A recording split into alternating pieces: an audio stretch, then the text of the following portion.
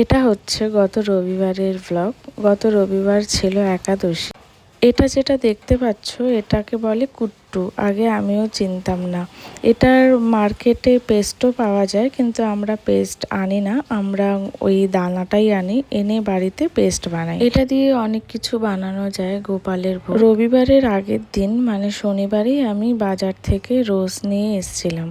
তো ভাবলাম যে ওটা দিয়ে গোপালকে একাদশীতে মালা বানিয়ে দিব।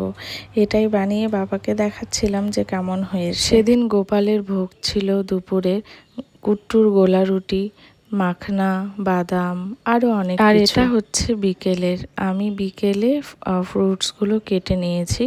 তারপর এখানে মাকে, বাবাকে, অভিষেককে দিয়েছি, নিজেও খেয়েছি, কারণ আমি আবার একটু সেলুনে বের হব। সেদিন আর সকালে সেলুনে যাইনি, সেদিন বাড়িতেই ছিলাম। ভেবেইছিলাম যে বিকেলবেলা বের হব, তাই বিকেলে আমরা একটু খাওয়া দাওয়া করে বেরিয়ে পড়েছি। অনেকেই আমাকে জিজ্ঞেস করছো যে তুমি একাদশী করছো, তুমি কি দীক্ষা নিয়েছো? না গো, আমি আর আমার হাজব্যান্ড দীক্ষা নিইনি। আমরা একাদশীটা মন থেকেই করছি। আমার অনেক দিন হয়নি একাদশী করা, জাস্ট কয়েকটা দিনই হয়েছে, কয়েকটাই করেছি। চেষ্টা করছি সব একাদশী করার, জানি না কতদূর কি হবে।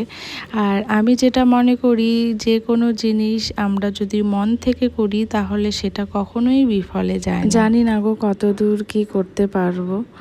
ব্লগটা তাহলে এখানেই শেষ করছি। সকলে খুব ভালো থেকো তোমরা।